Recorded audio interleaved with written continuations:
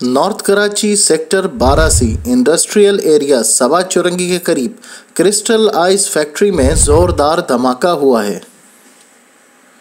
जैसा कि नाजरीन आप वीडियो में देख सकते हैं कि धमाके की शिद्दत इतनी शदीद थी कि बिल्डिंग का मलबा हर तरफ बिखर चुका है।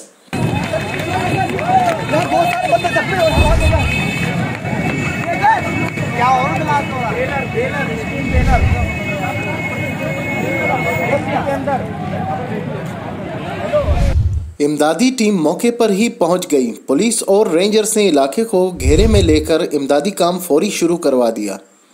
नाजरीन आपको बताते चलें कि जख्मियों को एम्बुलेंस के जरिए अस्पताल मुंतकिल किया जा रहा है। North Karachi sector 12C industrial area सवा चौरंगी के करीब क्रिस्टल आइस फैक्ट्री में ज़ोरदार धमाका हुआ है। इमदादी टीम मौके पर ही पहुंच गई। पुलिस और रेंजर्स ने इलाके को घेरे में लेकर इमदादी काम फौरी शुरू करवा दिया। नाजरीन आपको बताते चलें कि जख्मियों को एम्बुलेंस के जरिए अस्पताल मुंतकिल किया जा रहा है।